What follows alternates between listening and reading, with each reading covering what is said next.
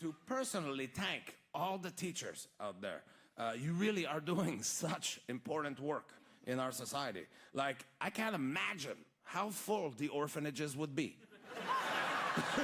were it not for back to school. So thank you so much. Cheers. Good night. Derek Seguin on why he thinks back to school is the best time of year. Audience, it is up to you to pick a winner. By applause, who agrees that Derek's back to school backings put him at the top of the class? Derek Seguin. He's reveling in it. He's reveling in the reverie. And who thinks that Nikki's in-depth examination of why back to school sucks will be studied for years to come? Nikki Payne. Oh my goodness. Nikki Payne riding a wave of support. A well-fought debate on both sides, but I gotta give this one to Nikki Boob Mullet Payne. Down with back to school. Big hand for Nikki Payne and Derek Seguin, everybody.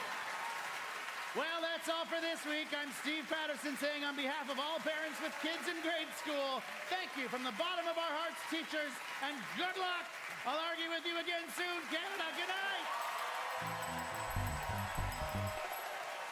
The Debaters is created by Richard Side. This week's episode was produced by Josh Bailey, Graham Clark, Chloe Edbrook, and Nicole Callender. With continuity by Graham Clark, Diana Francis, and Gary Jones. Technical production by Pat Martin and Larry Walker. Story editing by Gary Jones. With special thanks to Katie Ellen Humphreys and David Pride. Executive producer of CBC Radio Comedy is Lee Pitts. And thanks to everyone at the Neptune Theatre in Halifax. This is CBC Radio 1, 990 AM, 89.3 FM in Winnipeg. It's one of the biggest public health problems that we have, and we don't pay attention to it. Dr. Robert Monder is talking about childhood trauma, and a boy named Isaac is his case in point. So his father suggested to him at the age of 14 that it would be a good idea to spend the summer hitchhiking across the country with his younger brother. Damaged Children on White Coat Black Art with Dr. Brian Goldman. Tomorrow afternoon at 1:30, 2 in Newfoundland. And on demand on CBC Listen. You know the feeling of finding a really good podcast? Or the feeling of someone always being there, like your favorite radio show? Stream CBC Podcasts, CBC Music, and CBC Radio anytime, anywhere. Download the CBC Listen app for... This is CBC News. At 12 o'clock, we're at 23 degrees with a smoke advisory in downtown Winnipeg. Good afternoon, I'm Matt Humphrey. The chief of Manitoba Cree Nation hopes they can fly out 800 people today as a wildfire burns close to the community. Chief Richard Hart says over 2 days, between 1,500 and 1,600 people have been evacuated to Winnipeg. He says there was a delay in getting some people out last night when one of the Hercules military planes couldn't take off. One plane that was supposed to fly back last night had mechanical issues, and it's still here on the tarmac.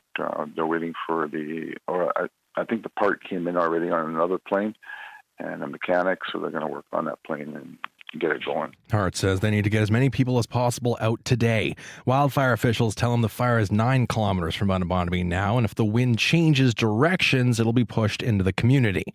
And there's a risk the smoke will eventually become too thick for planes to land.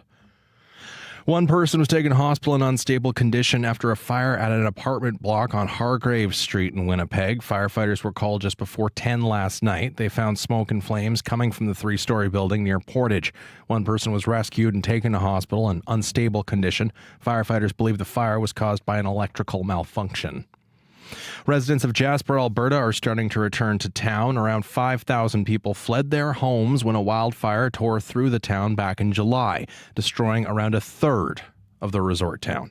Clara Adriano's laundry business burned down. Just entering Jasper has been really emotional for me when, it feels to be home, but it feels a little different. I have to wear my mask right now because it's really like the burnt smell is in the air.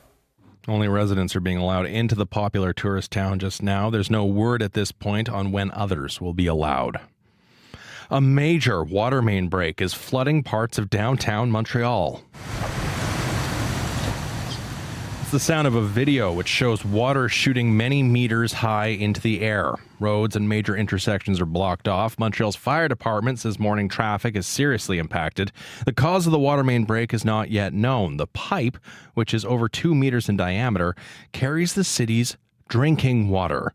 Valerie Plante is Montreal's mayor. Right now, the water quality is totally good in Montreal. There is no boiling advice at all. If the situation change, we don't think so. But if it does, we will make sure that we send the information. But right now, the water is safe to drink, and we are carefully looking at the situation. This situation comes just 1 week after Montreal was deluged by remnants of Tropical Storm Debbie. International mediators trying to end the Israel-Hamas war say they're hopeful a ceasefire deal is imminent. They've concluded talks in Doha today in Qatar, but plan to reconvene next week in Cairo in Egypt, where they hope to seal an agreement. However, Hamas is not at the table and is not committing to any deal made during these talks. United States Democratic presidential candidate Kamala Harris is to make her first major policy address of the campaign. She'll be revealing her economic agenda later today. Richard Madden has more from Washington. Ever since she moved to the top of the ticket just 4 weeks ago, Harris has been high on enthusiasm but short on specifics. So her advisors say to expect the vice president to focus on issues facing middle-class voters, from lowering prices on housing, prescriptions, and groceries. This comes just 1 day after she held her first joint event with outgoing President Joe Biden since his exit, which kind of felt like a symbolic passing of the baton. Take a listen to President Biden. Folks, I have an incredible partner. She's going to make one hell of a president. Now, the economy and concerns around rising costs is one of the top issues for voters here, and they've constantly given Biden low marks for his handling of it. So this will be a challenge for Harris. How much does she align herself with Biden while charting her own path forward? Richard Madden, CBC News, Washington.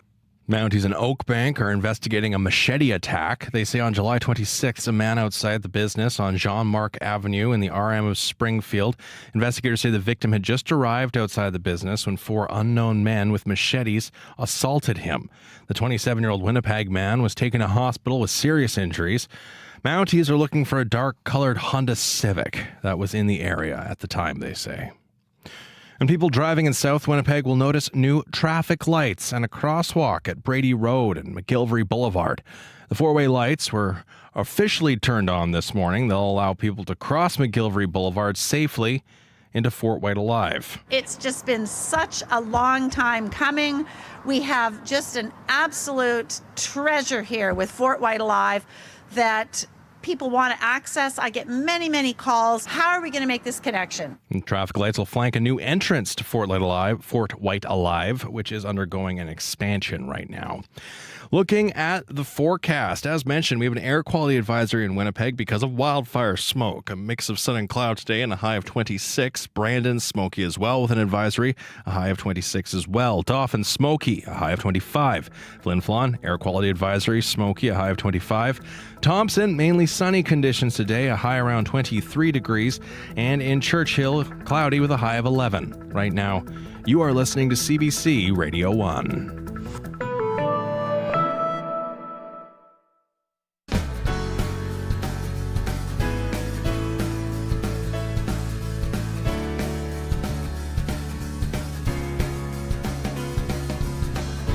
Well, good afternoon, Manitoba. You're listening to Radio Noon here on CBC Radio 1, 89.3 FM, 990 AM in Winnipeg, 97.9 FM in Brandon, and 100.9 FM in Thompson. Everywhere on the CBC Listen app, and of course our YouTube live stream. Hi, Mom. Thanks for watching. It's Friday, August 16th. My name is Chloe Friesen. I'm filling in for Janet Stewart. Thank you for spending your afternoon with us. Coming up, Winnipeg's Portage Avenue is in decline, but there's still potential. Coming up, our calling conversation is about what you think needs to happen to get Portage back to its golden age. But first up, Close to 1,600 people have been flown out from Bunnabonaby Cree Nation, and hundreds more hope to board flights out today because of a massive fire burning just outside the community.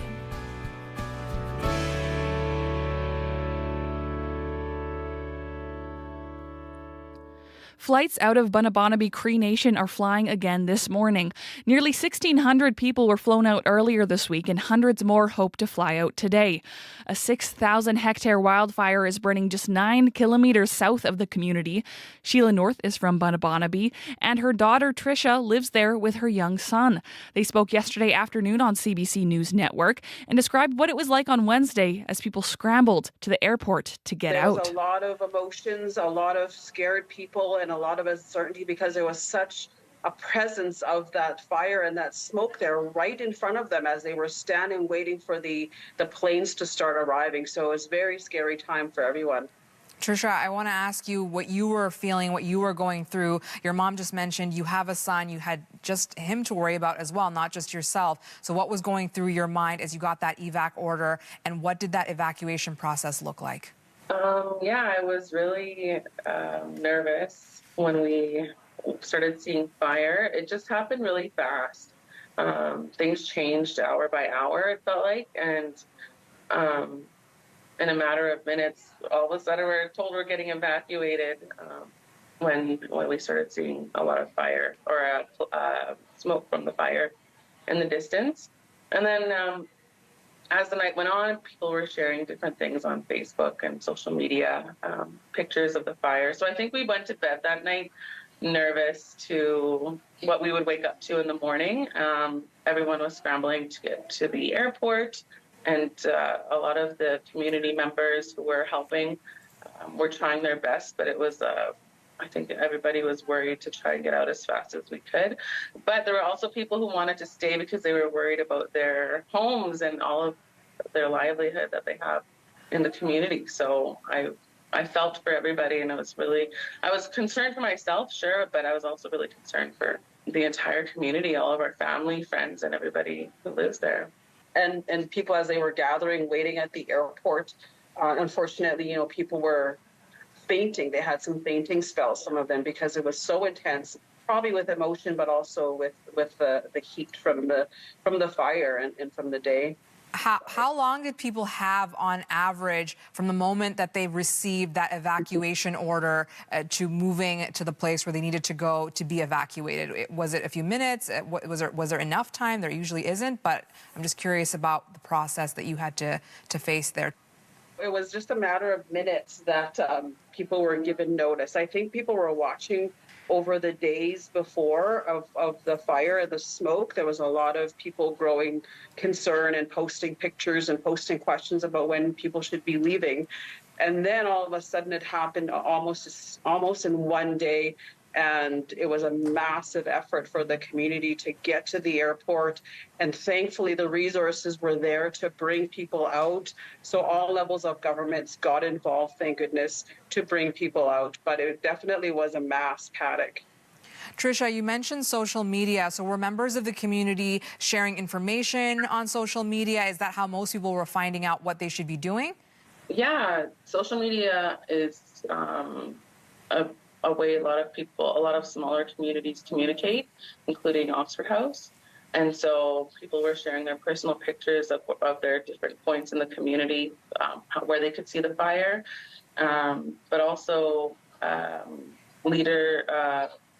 different community members who were leading the evacuation. They were sharing updates on social media. And we have our own Facebook page, and that's kind of a primary spot as well, where we share different updates. In the radio station, we have a local radio station at home, so that was a lot of sharing of information there. But it was also incredible to see the staff just, jumping into action, and they had to hand write down the names of all the people on the evacuation list. I can't say it all went perfectly, but at the same time, it went much better, and it could have been worse than what happened. But certainly the panic's down a little bit, but definitely it was a chaotic time and a precarious time for a lot of people. Certainly. And Sheila, you just mentioned that it could have been better. How could it have been better? I mean, let's talk about all various levels of government here. What more do you think they could have done?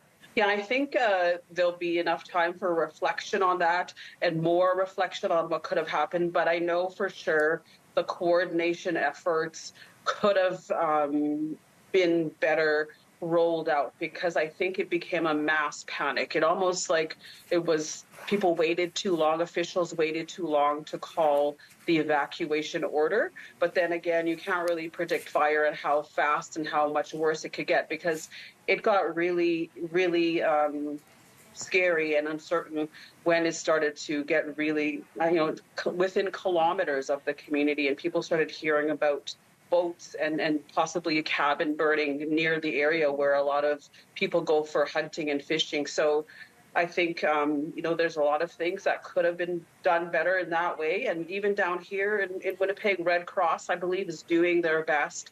But there needs to be more people on the ground here that speak the language. I have to step in with other community members to help elders communicate with the Red Cross, and just helps alleviate some of that anxiety that people were feeling when they were getting here so late and traveling all day long on different planes. Some of them were diverted to Thompson and then all the way back to Winnipeg. Elders with wheelchairs and, not used to being around the same people. So families got separated. It was a chaotic day. Tricia, I want to ask you also about what the next few days look like for you and your young son, because obviously it's an ongoing situation with the fire. There's a lot of uncertainty. How are you dealing with all of this? We're just waiting right now to see what's happening next. Those of us who can are offering support to the evacuees and the leadership so that they can do what they need for everybody here to make sure everybody's comfortable and has what they need. I'm just thankful that we're out here safe and that everybody is out here going to be safe. And I just really hope that the fire can be put out before it touches the community. I think that was all of our biggest concerns. That was Tricia North and her mother, Sheila North, who were among the evacuees from Bunnabonaby Cree Nation. They're now in Winnipeg. The CBC News app delivers the answers you want to know and need to know. What an extraordinary scene. The breaking stories that shape your world. Reporting from the scene onto your screens. Dropping the 8 now. We're just approaching Gaza. Your source for mobile news. Delivered when you want, where you want. This situation has changed very quickly. The CBC News app. Download for free. Just about 15 minutes after 12 o'clock here. You're listening to Radio Noon on CBC Radio 1. I'm Chloe Friesen, filling in today for Janet Stewart. Thank you so much for joining us. Still to come on the show, It Ends With Us. The blockbuster film adaptation of the novel by Colleen Hoover is bringing up important conversations around domestic violence. But does the Hollywood lens capture an accurate picture of the serious issue? We'll hear from a counselor at a women's shelter who saw the movie this week in Winkler. As well, our call-in conversation will get started just after 12:30 here. How can Winnipeg reverse Portage Avenue's decline? Coming up in our call-in conversation, we want to hear from you about what needs to happen to get the once thriving avenue back to its former glory. What would you like to see on Portage Avenue? Do you remember the street's golden era? How do you feel when you walk down Winnipeg's longest street today? You can call us later on, just after 12:30, around 12:35, 204-780-0893, or you can already text us to share your thoughts. That number is 204-588-7355, 204-588-7355. A quick look here at our weather forecast. We are seeing air quality advisories over actually much of the country, but Winnipeg, Brandon, Dauphin, Morden, wildfire smoke causing very poor air quality and reduced visibility. A reminder that during heavy smoke conditions, everyone is at risk regardless of your age or health. So listen to your body, and if you experience symptoms, reduce or stop outdoor activities. A new movie based on a best-selling book is stirring up difficult but important conversations. It Ends With Us is a film about domestic violence. Here's some of the trailer. That special connection you feel, that first kiss.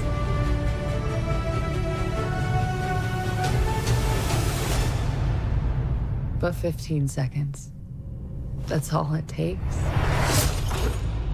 to completely change everything. I'm so sorry. Based on the novel of the same name by Colleen Hoover, the movie stars Hollywood actors Blake Lively and Justin Baldoni. But our next guest says that unlike the film's simple storyline, stories about domestic violence are more complex. Caitlin Wall is a housing outreach counselor with Genesis House, a crisis shelter for abused women and their children in the Pembina Valley. She saw It Ends With Us at a theater in Winkler earlier this week. Welcome to the show, Caitlin. Thanks for having me. So what did you know about the film as you were heading into the theater? Yeah, honestly, I was kind of going in blind. My mom and sister had read the book, but I had really only seen like a couple of clips, and I didn't read the book, so I was going in blind. But I really enjoyed it when I did see it. How did you feel when you left after the movie had finished? Yeah. So I went with a big group of women, and there were a lot of tears after seeing the movie. It's a really heavy topic, but coming from my perspective, when you work in this field, we hear stories of this every day. So it wasn't a surprise, but definitely a lot of tears. Was there anything that didn't quite sit right with you? Yeah, I feel like this movie was a very simplified version of a complex issue, and I wish it would have portrayed more coercive control. And this is a new discussion. I know the book was written a while ago, and it was written in the States, but in Canada, coercive control is only now becoming a conversation in our legal system. And it really just only showed physical abuse, which I thought was interesting. What is coercive control? Coercive control is kind of like emotional abuse. It's basically like the stalking, the tracking, gaslighting, and yeah, very emotional abuse. And that's only now being recognized. There's a lot of conversations happening around this film right now. One of them is how the movie is being promoted. For example, there's ads where the lead actress, Blake Lively, is describing it as like a fun film to go see with your girlfriends. So what do you think of this approach? Yeah, I wish there was more conversation around the domestic violence approach and more awareness brought to the issue. And again, it's a 2-hour movie. You cannot cover everything that would have been. And it's also not a documentary. So they are really, it's a very simplified version of the issue. Are there any benefits that come with it being more accessible and a bit simplified? Yeah, I think it does create awareness, and it's important. Like, I think just after watching the movie, the people I went with, we stood outside the theater and we had a conversation about like our thoughts. And so it does just create discussion, and it almost paves the way for more movies like this to come along and increase that. Yeah. I'm curious. I'm curious about your thoughts on how this movie could be perceived and watched by folks who have experienced domestic violence. Do you think there should be warnings, or could this movie be triggering for some viewers? Yeah, I definitely think it could be. And women are not alone in this experience, and everyone's experience is kind of different, but seeing it in like a visual form can be very emotional for sure. What do you hope comes from It Ends With Us being screened in Winkler? I hope more movies like this to be made and more conversation around the issue. And again, it would be cool to see more like coercive control involved, and to show kind of what happens after a woman would leave her situation. Like, we kind of only got the start of her story. And there are a lot of barriers that women experience after they leave. So just continuing the conversation would be really cool to be represented in a movie. Right. It's not always wrapped up at like the end with a neat bow for these situations. Yeah. Now, if someone sees this movie, maybe they recognize behaviors or scenarios from their own life. What do you recommend they do? Yeah. So definitely reach out to friends or Genesis House. And often the first point of contact is the crisis line.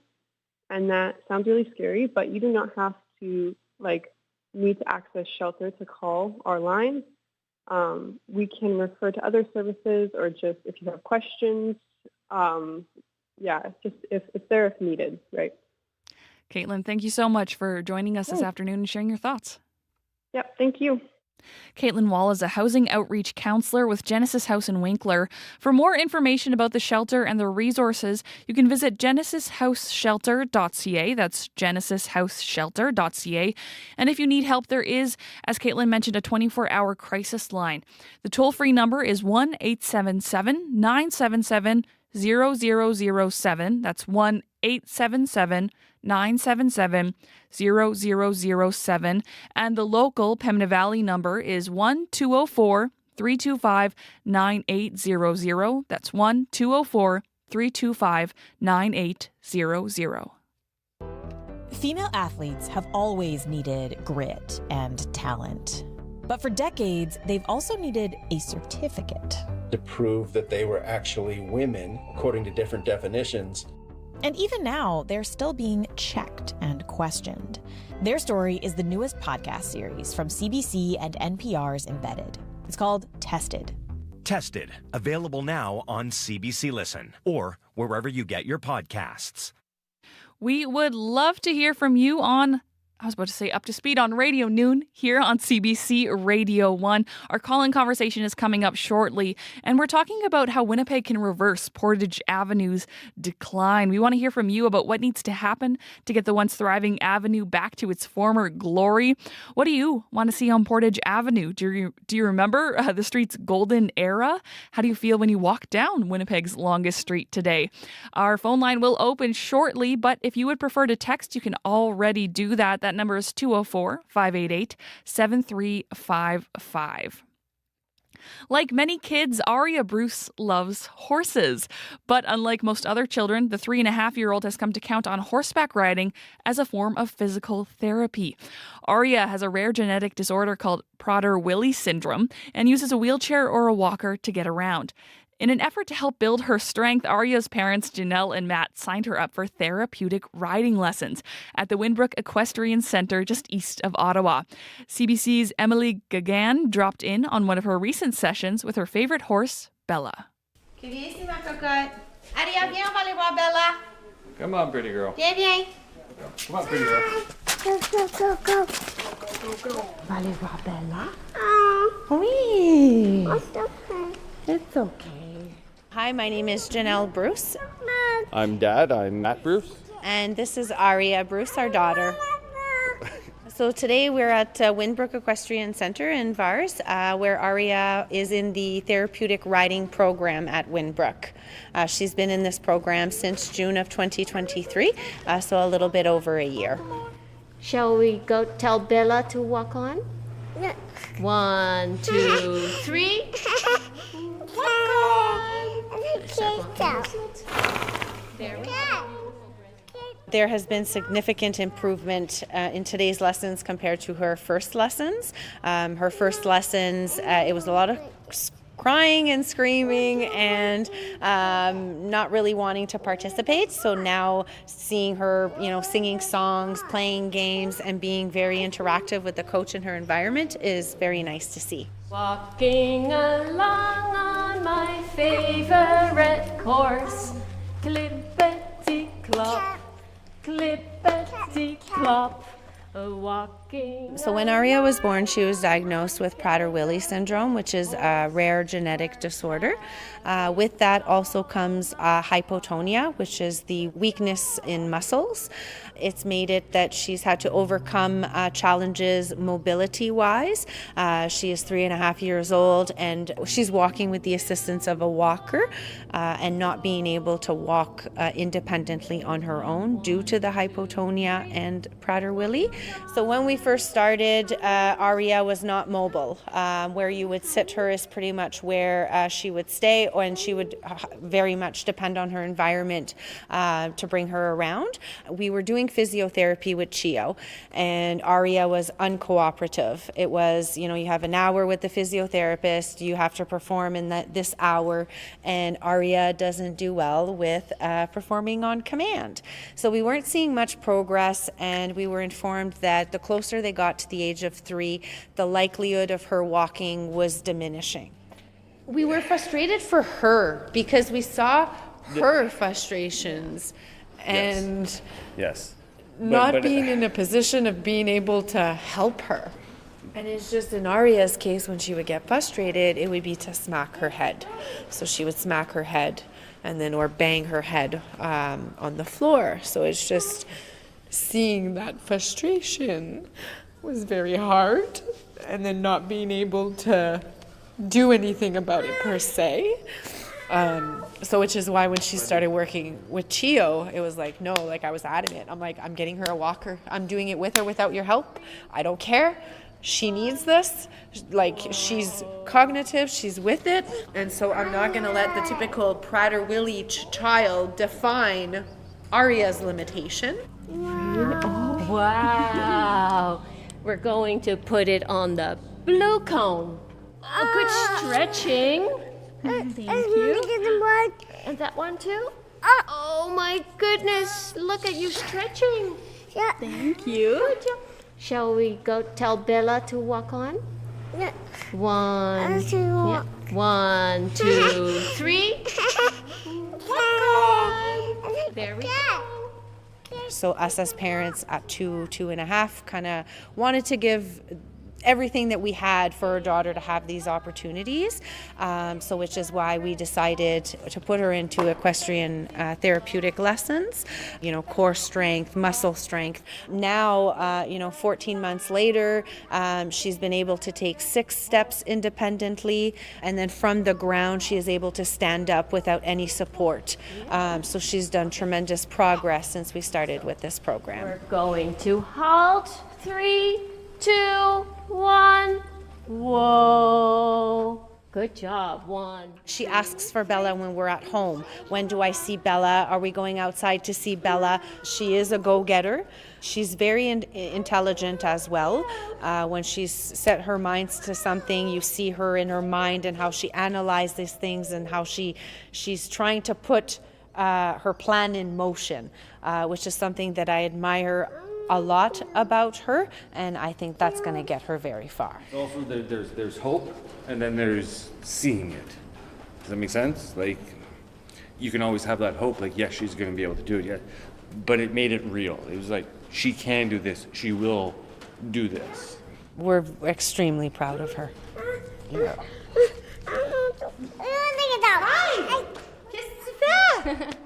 So yes, now we have to watch out because she just crashed into my feet. Now she's unstoppable. Janelle and Matt Bruce are the parents of 3.5-year-old Aria. We also heard from Anna Ribberink, a therapeutic riding instructor at the Windbrook Equestrian Center near Ottawa. Thanks for tuning in to Up to Speed. Just kidding. Radio Noon. So sorry about that. Coming up, our call-in conversation about Portage Avenue will begin. This is CBC News. At 12:30, we're at 24 degrees with a smoke advisory in downtown Winnipeg. Good afternoon, I'm Matt Humphrey. 10 years after the body of Tina Fontaine was found in the Red River, the province is honoring her legacy. Drummers and singers began the ceremony this morning. The federal and provincial governments are providing a combined $986,000 for a safe haven for young people. Tina's Safe Haven is a 24-hour drop-in center for at-risk youth aged 13 to 24. It'll offer basic needs and a safe, healthy environment run by Nadinaway Maganog Endawad. Fontaine was 15 years old when she was last seen alive. The discovery of her body near the Alexander Docks in Winnipeg was a catalyst for the MMIWG2S Plus movement and the ensuing national inquiry. The push is on to get another 800 people out of the community of Bunnabonaby Cree Nation today. That flying community is being threatened by a wildfire 9 kilometers to the south. Over the past 2 days, 1,600 people have been flown to Winnipeg. Chief Richard Hart says they have been warned if the wind changes and the smoke gets thicker, planes will not be able to land. We have to do whatever we can to get as many people out today as possible. In our meeting with all the relevant agencies, it was made quite clear to us by the wildfire head, Manitoba. We are in serious danger here in the community. Hart says there were mechanical issues with one of the Hercules military aircraft, but that is being repaired. He says they've been filling up planes hourly since 7 o'clock this morning. Mounties in Oakbank are investigating a machete attack. They say on July 26th, a man was outside the business on Jean Mark Avenue in the RM of Springfield. Investigators say the victim had just arrived outside the business when 4 unknown men with machetes assaulted him.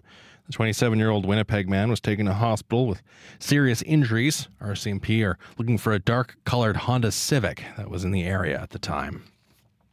And people driving in South Winnipeg will notice new traffic lights and a crosswalk at Brady Road and McGillivray Boulevard. The 4-way lights were officially turned on this morning. They'll allow people to cross McGillivray Boulevard safely into Fort White Alive.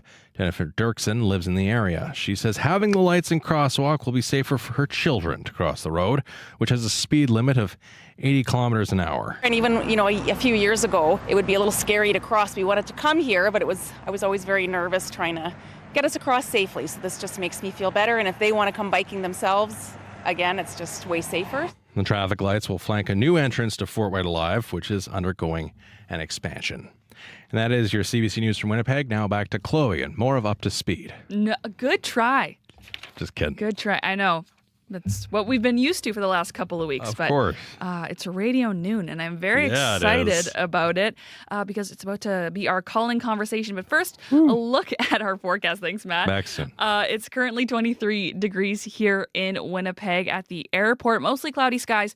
We do have an air quality advisory in place. There's an air quality advisory in place for actually much of the country, and lots of Manitoba is kind of covered with this advisory. So it's in place for Winnipeg, Brandon, Dauphin, Morden, so a lot of the south half of our province here. Let's start in Brandon. 20 degrees right now, smoky skies. You're probably going to feel that air quality becoming poorer in Brandon.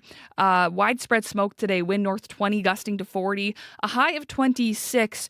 With that humidex feeling more like 30 degrees. Tomorrow in Brandon, looking at a mix of sun and cloud, hazy skies, a high of 25. In Dauphin, 18 degrees, misty skies, air quality advisory in place for Dauphin. Widespread smoke today, wind north 20, gusting to 40, a high of 25, with that humidex feeling more like 30 degrees. Tomorrow in Dauphin, cloudy skies, becoming a mix of sun and cloud in the afternoon. Those hazy skies will stick around with a high of 25. In Thompson, sunny skies becoming a mix of sun and cloud this afternoon. Hazy as well when northwest 20. High of 23 for Thompson with that humidex feeling more like 26. In Morden right now, 23 degrees. Air quality advisory also in place. A mix of sun and cloud with a 30% chance of showers. That widespread smoke and when north gusting 20 to 40, a high of 26. Tomorrow in Morden, mix of sun and clouds, hazy skies, a high of 25, with the humidex feeling more like 33.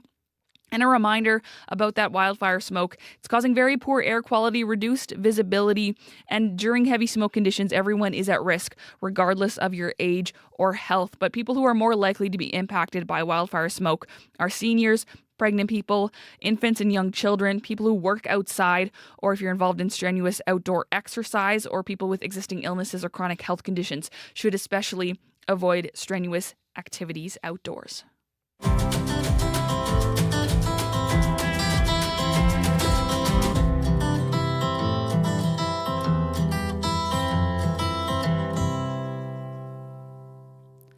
Portage Avenue was once the crown jewel of Winnipeg. That's according to Gino DeStasio. He's the director of the Institute of Urban Studies at the University of Winnipeg.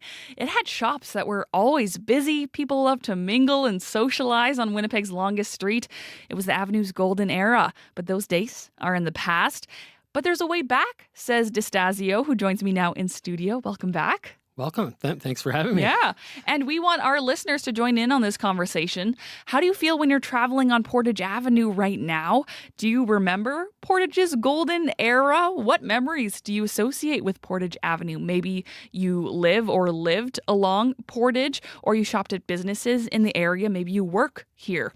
What type of businesses or infrastructure do you think would bring more life to Winnipeg's longest street? Just some questions to get you started there. You can call us at 204-780-0893, 204-780-0893, or if you'd prefer to text, we'll read out those messages. That number is 204-588-7355. Now, Gino, I know our blinds are closed here as we're on YouTube, but just outside the window, we got Portage Avenue. what do you see when you look at Portage Avenue right now?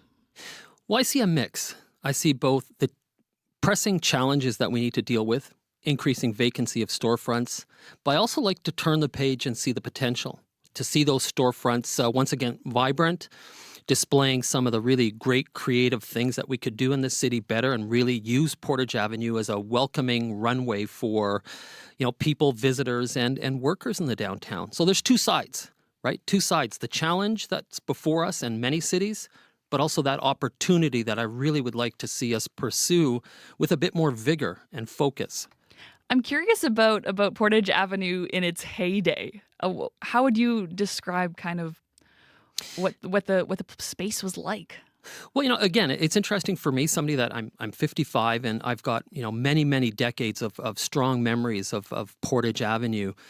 And for me, it was always that ability to walk from the bay to Eaton's and all those places in between, little stores, little shops, but really, that destination on a weekend or an evening, you could walk and you could enjoy the street. You could really see that it reflected that importance in the city. And again, we know that page turned, right? Large-scale retail is left. But I think somewhere in between that, there still has to be a place for Portage Avenue to be something more than it is now. Because right now, we don't know really what Portage Avenue is. I can't define an identity for it at this point. We have a call on the line. Carolyn is here, and she wants to kind of reflect, as you did, on Portage Avenue back in the day. Hi, Carolyn. Hi there. Hello. What do you have to share about Portage? Oh, I have wonderful memories of Portage from about, like, in the 1960s and 70s. I would always do my Christmas shopping there. And I'd start at Eaton's and go down into all the shops, Holt Renfrew and the Metropolitan Store, and Sterling Shoes and Clifford's, and end up at the Bay, or else I'd be across the street over at, I can't remember the name of that store, but there was also Holt Renfrew. Le Chateau. Like, the shopping was incredible. And I've seen pictures from my mom's generation where people would be walking down the street and they'd have their pictures taken, and they'd buy those pictures of them walking down, like in the 40s and 50s, walking down Portage Avenue. It's a bit of a fashionable place to be, it sounds like. It was. And it just was a wonderful place to be. I didn't socialize a lot there, but I did go to Prairie Theater Exchange for a while, and there was a wonderful movie theater in the mall, but they're all gone. Everything's gone. It's hard to find a reason to go there. I'm curious, Carolyn, if those big retail stores were back in Portage, do you think you would come spend time on Portage again? I worry about safety on Portage Avenue now, so that's a good question. I really miss the Bay. And, if the Bay Parkade was open and the Bay was open, I'd shop there all the time. That was a wonderful store. Well, Carolyn, thank you for sharing your memories. Okay, thanks a lot.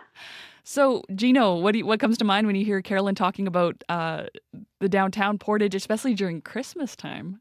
Well, in the seasonal aspect of Portage Avenue to be lit up with all kinds of seasonal events, whether it was, again, the holiday season, Christmas, or, fall, or a turn of a season, there was something about Portage to see that. And I know, again, we've lost the idea that window displays in department stores can bring back. I was just thinking about that, yeah. But those really bring back memories for a lot of older Winnipeggers that, again, would walk by and see something. It's not so quick, on your phone where you can scroll and see lots. You had to see it and feel it.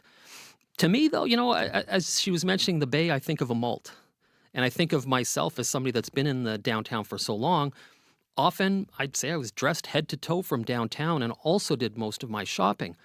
Again, I know we're not going to get back to that scale, but there has to be some scale of retail that can occur on a great street like Portage, that could sustain more than what we see today. And again, walking this morning, 25 vacant storefronts on Portage Avenue. Yeah, so retail has declined. What is contributing to that current decline where retailers are leaving the area? I think it's a long transformation in the retail and downtown environment where we've seen the growth of suburban shopping, online shopping, certainly the pandemic. Lots of factors have contributed to that, but ultimately, as the caller said, we want people to have a sense of safety, a sense of well-being, but also a sense of wonderment when they come downtown to really feel and experience. We have another caller on the line, Sean. Hello, Sean. You have a comment about that feeling of safety. What do you feel right now in Portage? Well, I'd like to, that previous caller, they talked about the 40s and 50s. My parents talked about that as well. And then in my time, the 60s and 70s, it was a carefree time to be downtown. All the storefronts, the stuff in the windows, the lights at Christmas time, the Christmas parades. Portage Avenue was a hopping place because it was safe. We didn't have those safety concerns that we have now. Who's going to want to put a store up there, knowing what's going on downtown now? Well, Sean, thank you. I don't know. I also don't know what the city of Winnipeg has done to help small businesses afford those storefront places. What are the taxes? What kind of things are they dealing with? But I know that safety is a huge concern, and I myself am afraid to go downtown. I'm 61 years old now, and I'm not a small little guy, but I'm not going to go face guys with machetes and guns and bear spray. That's crazy down there now. Sean, thank you so much for sharing that. Gino, how do we convince Winnipeggers, maybe folks like Sean who feel the downtown is unsafe right now, to come back and support Portage Avenue? That's the toughest question that we've faced for the last 2 decades, is really trying to address the perception and the reality of safety in the downtown. And I think there's a balance there as well, right? Because I do think that Portage Avenue and downtown is generally safe, but there certainly are elements that we need to address. And again, ultimately, it's about making people feel, again, comfortable about wanting to be downtown, not forcing. And as you mentioned about some of the small storefronts, that's a great thing where we can, get the downtown biz and the city behind storefront cleanup, storefront beautification projects, small scale things to really start to, pep up the street a little bit. Are you seeing any active change with things like we've got the Downtown Safety Community Partnership, Winnipeg Police Retail Theft Initiative, spending more time in the downtown? Are things like that in your mind kind of an answer to that issue of safety? I think part of it is, the idea of surveillance and surveillance techniques to manage the sense of safety is one thing.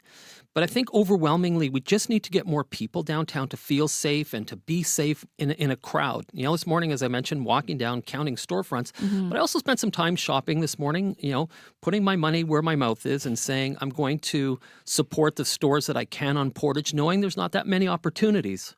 But if we all make an effort, and again, I would say that, there should be close to 100,000 people ultimately in the downtown on any given day. And that might be up or down. We certainly have to see some of those individuals, more than what we're seeing now, on our streets like, Broadway, Graham, Portage, and even Ellis. Like there's 4 main streets that cut up, and all the cross streets as well. There's a lot of real estate. There's a lot of opportunity. But right now, as callers are saying, they're not sure. They're not sure. Right. And if you want to share your thoughts with us, you can call 204-780-0893. Or if you'd prefer to text, that number is 204-588-7355. And we have a call now from Karen. Karen, you've worked downtown for many years. Yes, I've worked downtown for 17 years, and I moved here from Toronto, so I'm used to a very vibrant downtown. And in the early days, I took the bus. I took my infant daughter to the daycare at the YMCA, and then I'd run and grab a coffee at Starbucks and head to work and pick her up and either take her to piano or go home on the bus. But a great stop on the way home was at the Bay grocery store. So I think having a grocery store downtown is vital. And I mean, there are places like Dino's, which has great fare, international fare, and that's good. But there needs to be more options, too, for general groceries in other parts of the downtown. And there are a few little gems, like there are places to sit across from the Y. There's a nice little park by the adult school, and that's welcoming. There needs to be places for people to socialize, just to stop and talk. and to see their neighbors. And then on payday, I'd sometimes go with a colleague to McNally's, have a lunch, grab a book, because it was payday, so I had a little extra cash. Nothing like a good payday. So there needs to be a place for people to go, and there was a movie theater, so you could go in the evening, take the bus there and back. But people need to feel safe to take the bus. And now I have a disability, so I tend to drive to work, but I took the bus like for a good 10, 12 years and felt mostly safe doing so, and lived just west of the University of Winnipeg there, so that was my neighborhood. And I really encourage to look at places to make it walkable, cyclable, livable, and I've been on one of your tours before of the Riverview area, and our children went to school together. So it's there's a lot going on downtown. The university is a very positive place and a positive influence, and I encourage the Urban Institute to maybe have some community forums or something to bring people out to talk about this in a community dialogue. Karen, thank you for your call. Gino, you were nodding along the whole time. I mean, Winnipeg, big small town. Everybody's connected. I love those moments. But you were nodding especially when Karen was talking about the lack of grocery shopping downtown. How vital is that to kind of revitalizing Portage? That's another one of those flags that has been raised for, again, a number of years, that we've got to get back to that point where, the upwards of 20,000 people in the downtown need access to good quality food at reasonable prices. Right. And we know that there's a tremendous number of convenience stores that are doing good things and trying to provide, but the grocery store element remains one of those missing pieces. It's a food desert. Yeah. And she pointed to the fact that there used to be one, in the basement of the Bay, which was a thriving grocery store. I did not know this. Yeah, it was a large scale grocery store that maybe in another era maybe would have survived longer, but again we've seen tremendous change, so that's something that we've got to put back on. And the other thing that she mentioned too was those kinds of third spaces in the downtown, just informal spaces to sit, to linger, to watch, and to feel safe while doing that, right? And it sounded like there were some that she could identify, so there's potential there. Absolutely. No, I do. People tell me sometimes you're too enthusiastic about downtown, but I think we have to be, and we have to find ways to bridge that challenging side of downtown and some of the social issues and the things with some of the great things that could happen downtown and are happening. Let's put it that way. We got a text from Cynthia with a great question. It's what's happening with True North and Portage Place? I know we've reported on what's going on there and how more retail and housing and hopefully grocery and food will be brought there. But what do you know about where that's at and what the plans are? Well, I think they've asked for another extension. So hopefully by, the end of the year, we'll have a good definitive answer on what a plan could look like. And we've seen some preliminary drawings that look pretty exciting in bringing some medical support services, a few social spaces, a reduced retail imprint, and some more housing, along with working with the Southern Chiefs on the Bay project to make sure that they're connecting. So I'm very optimistic about that. But the other thing I see on Portage that we have to try to deal with are these long stretches, like with the arena and with the Bay now and with Portage Place. We've got to find ways to activate the street, whether it is with sitting areas, better lighting, creative uses of the sidewalk. Somebody mentioned, one of the callers about just having your picture taken. Yeah. And it's kind of cool to say, hey, Winnipeg should have a little bit of a touristy kind of vibe to the downtown where you could maybe pick up a T-shirt or a map or something, just some of the things that you see typically on a bustling street. Right. Are we seeing any meaningful steps happening? We talked about Portage Place, but what else is happening right now that gets you enthusiastic and excited? Well, because we've got a lot of really good players. The downtown biz has always been a significant booster of the downtown. We've got True North really wanting to make a bold investment. We've got a city council that I think understands the importance of downtown. There is that willingness, I think, to remove the barriers. We've talked about this before, making Portage as a street to walk from, from the Forks through the Exchange, downtown, unimpeded, no bunkers, no barriers, and just make it a street to walk again and to have something to do as you're walking. Have we seen other cities in similar situations as Winnipeg where they brought back their primary downtown commercial streets? You know what? Again, I think a lot of cities are at the same stage we're at. Like, we're seeing a lot of challenge, whether it's, Granville or Yonge, Dundas, Elgin in Ottawa, St. Catharines in Montreal. Great streets are kind of struggling post-pandemic, but, we keep going because we know that in our hearts, people have an association with downtown, and it still is that bustling heartbeat of our city that we've got to find a way to make a lot of our streets more active and get people rethinking that, right? Mm-hmm. You still have time to call and join the conversation. 204-780-0893 is the number to call, or if you'd prefer to text, that number is 204-588-7355. Now, Gino, this is a bit of a dramatic question, but I like it. What's at risk here if we do nothing? Well, if we do nothing, we go back into the late 70s and early 80s where decline really overwhelmed and defined the image of Winnipeg as a city in deep decline. We know that in the last few days, population estimates are putting Winnipeg's growth above the charts. Winnipeg as a city is climbing up into that 900,000, the capital region climbing into that million mark. A city that big has to have a creative, vibrant, visitable downtown and a main avenue. We have to get there. And I think if we don't, it's really gonna be a sad, sad day for Winnipeg. Especially because it was a place that sounds so well loved. We got a text from Cynthia about her best memory in the late 60s was going to Eaton's catalog, and now it's City Place, to order Christmas gifts. So many memories have been shared with us now about how much people appreciated and enjoyed spending time downtown, and especially on Portage Avenue. So lots still to come on this conversation. Gino, I really appreciate your time here. Always a pleasure. Thank you so much for having me. Gino DeStasio is a professor of urban geography at the University of Winnipeg.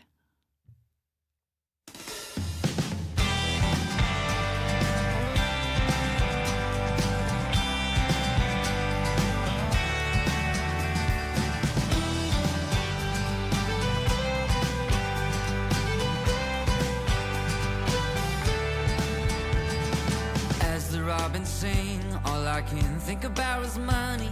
If I'm gonna make it, if I should even try to find my way, navigate the water, time is in question, I need help. Creator, give me courage, cause I'm scared as hell.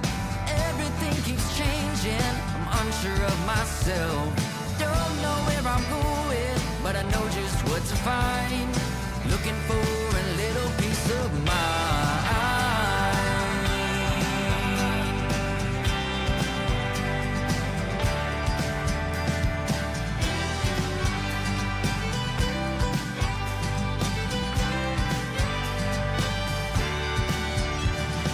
As the moonlight rises on disappearing days, I wonder if the red road will let me take a break from these chains.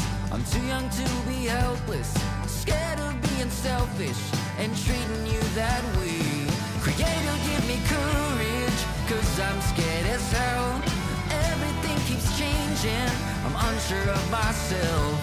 Don't know where I'm going, but I know just what to find. Looking for a little piece of mind.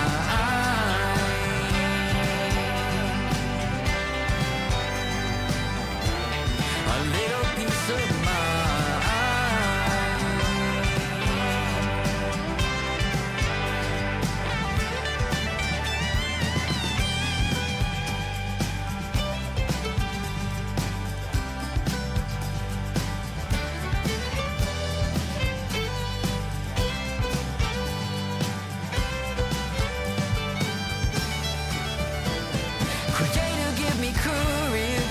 I'm scared as hell. Everything keeps changing, I'm unsure of myself. Don't know where I'm going, but I know just what to find. Looking for a little piece of mind.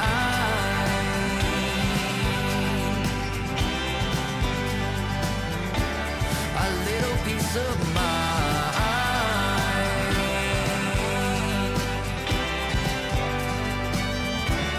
A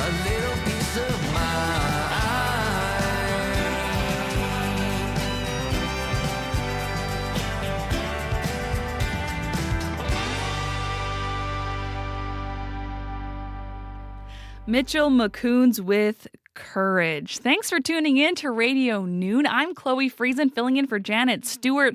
And soon I will be Chloe Friesen filling in for Faith Fundal on Up to Speed. I'll be hopping over to Up to Speed, and that pun will make sense in a minute here, because we're going to be hearing from one of the organizers of Winnipeg's Beer Festival that's happening this weekend at the historical Fort Gibraltar. Stay tuned for that conversation on Up to Speed. Hopping, hops, beer. Do we get it? Amazing. Thank you so much to the team here that put together Radio Noon. Our tech is Dylan Longhurst, director Wendy Parker. Welcome back, Wendy. Our YouTube live stream looks so lovely because of Travis Peterson. And you are listening to CBC Radio 1. I'm Chloe Friesen. Up next is That's Puzzling.